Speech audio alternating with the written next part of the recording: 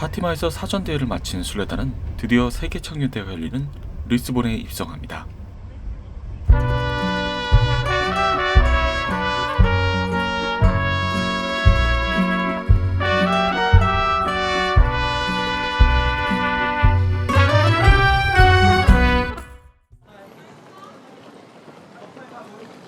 저희는 리스본 시내에 숙소를 잡았기 때문에 도보나 전철, 버스, 페리, 트램을 이용하여 본행사가 열리는 장소로 이동하기가 매우 편리했습니다.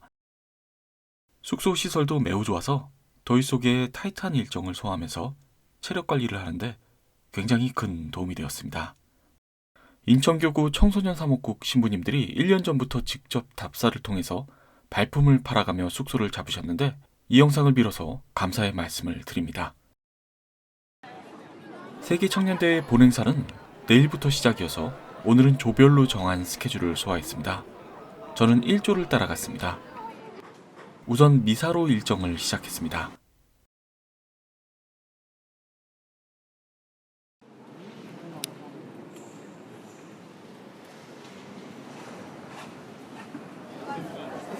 스태프를 다 모으면 선물을 뽑을 수가 있어요. 이런 여러 가지 선물들을 준다고 해요. 그러니까는 여러분들이 시간 될 때 성당에 돌아다니면서 스태프도 찍고, 오늘 여러분들이 봉헌한 전례는 라틴 전례예요. 영성치 할 때 좀 방법이 좀 색다르죠? 네. 여기뿐만 아니라 세계 여러 지역 중에 몇몇 성당은 라틴 전례를 고수한 성당이 있어요. 입으로 성체를 영하거나 신부님이 제이 보면은 저희는 통이지만 여기는 이렇게 약간 잘려져 있는 그런 어떤 라틴식의 제의를 입기도 하고, 실제로는 뭐 뒤돌아서서 미사하시는 분들도 간혹 계시더라고요. 근데 여기는 바티칸 공의회 이후에 어떤 전례 형태를 유지하면서 기본적으로 교회 전통을 수호하려고 많이 노력하시는 것 같아요. 근데 여러분들에게 꼭 이 모습을 보여주고 싶어서 조금 힘들었지만, 오기에 힘들었지만, 타이트하게 좀 지었지만, 그래도 꼭 보여주고 싶었던 전례 중 하나였습니다. 그런 거 같은데?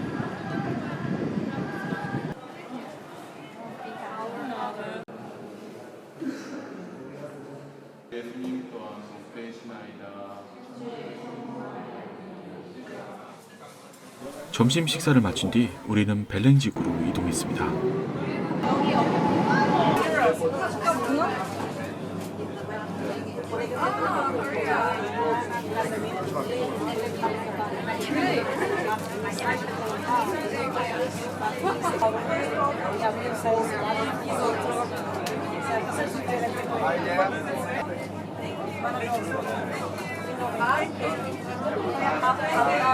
지금 뭐 주신 거예요?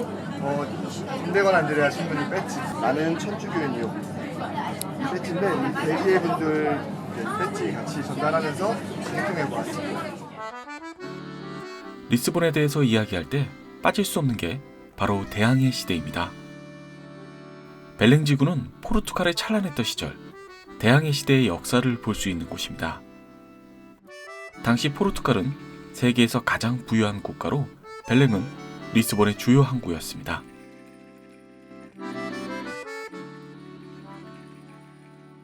발견기념비는 해영왕 애니크 왕자의 서거 500주년을 기념하여 세워졌는데 포르투갈 대항해 시대를 상징하고 있습니다. 기념비의 조각상의 맨 앞에 자리한 인물은 해양왕 애니크 왕자입니다.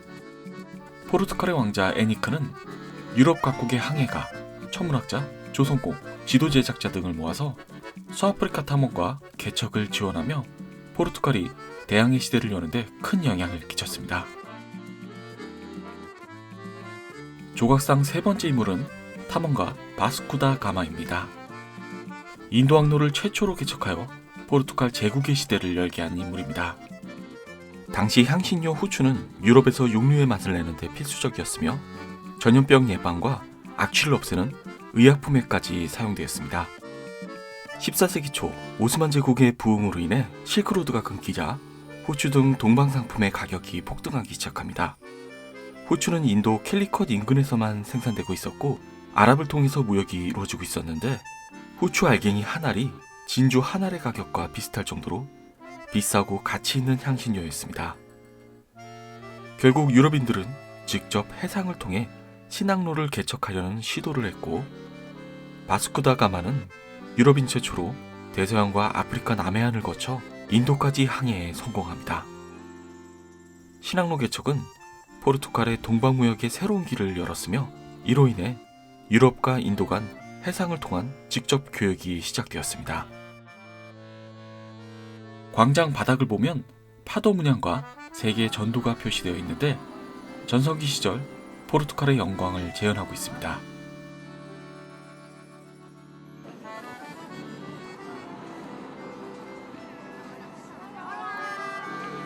발견기념비 광장 서쪽, 태주광과 대서양이 만나는 지점에 자리하고 있는 벨랭탑은 선박의 출입을 감시하고 통관하는 역할을 했습니다. 탐험대가 바다를 향하며 마지막으로 보는 건물이며 항해를 마치고 돌아와 처음으로 맞이하는 건물이었습니다. 그래서인지 벨랭탑의 2층에는 항해의 무사기원을 기원하는 마리아상이 조각되어 있습니다. 본래 에그타르트는 약 200년 전 제로니무스 수도원에서 처음 만들었습니다. 수도복을 풀을 먹이듯이 빳빳하게 다리기 위해서 계란 흰자를 사용했는데 흰자만 사용하다 보니 노른자가 남게 되었고 남은 노른자를 처분하면서 만드는 음식이 에그타르트입니다. 파스테이스트 벨랭에서 수도원의 레시피를 구입하여 에그타르트 맛집으로 지금까지 이어오고 있다고 합니다. 맛은 제가 먹어본 에그타르트 중 최고였습니다. 개인적으로 포르투갈에서 가장 가보고 싶었던 제로니무스 수도원입니다. 탐험가 바스쿠다 가마의 항해를 기념하기 위해 국왕 마누엘 1세의 지시로 만들어졌습니다. 16세기 포르투갈 전성기의 위세를 보여주는 상징적인 건물로 유네스코 세계유산에 등재되어 있습니다. 고딕 양식과 스페인 플라타네스코 양식이 합쳐져 있는데 항해 도구인 밧줄, 해초, 조개, 산호 등 항해와 관련된 것들을 모티브로 장식하며 마누엘 양식이라고 불렸습니다.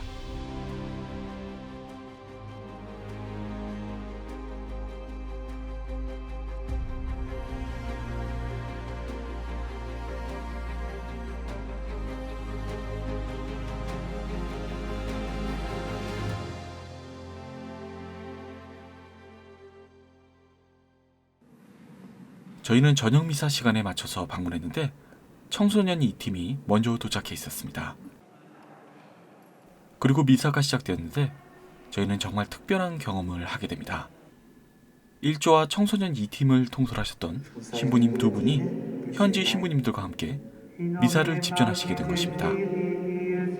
저희에게 말씀해 주시지 않은 깜짝 등장이셨습니다.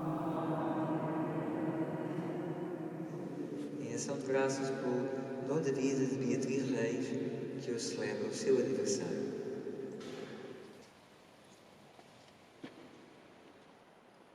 보편교회 체험을 목적으로 세계청년대회를 참가하다 보니까 아이들에게 제대 위에서 여러 국적의 신부님들이 함께 미사하는 모습을 보면 보편교회를 더 쉽게 이해할 수 있지 않을까라는 생각이 들어서 그 본당 신부님한테 부탁을 드렸었습니다. 그리고 그 본당 신부님이 흔쾌히, 그러니까 저희가 사실은 제의도 뭐 아니면 복장도 다 준비가 안 돼 있었는데 신부님이 흔쾌히 허락을 해주셔가지고 같이 미사를 봉헌하게 되었고, 미사 봉헌하면서 처음의 목적과는 달리 오히려 저와 박정진 신부님이 보편교회를 체험하게 되는 아주 은총의 시간을 보냈었던 것 같습니다. 순례단은 미사가 끝난 후 제의실에서 현지 신부님과의 특별한 만남의 시간도 가졌습니다.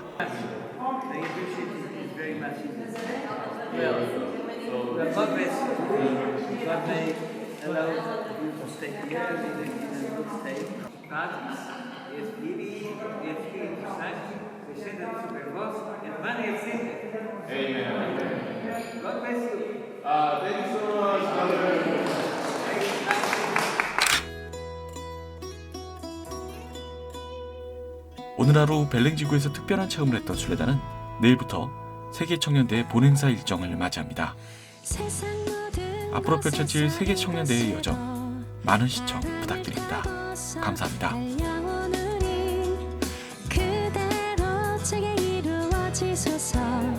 성모님처럼 하느님 뜻에 따르는 우리들 응답하리라. 예수 그리스도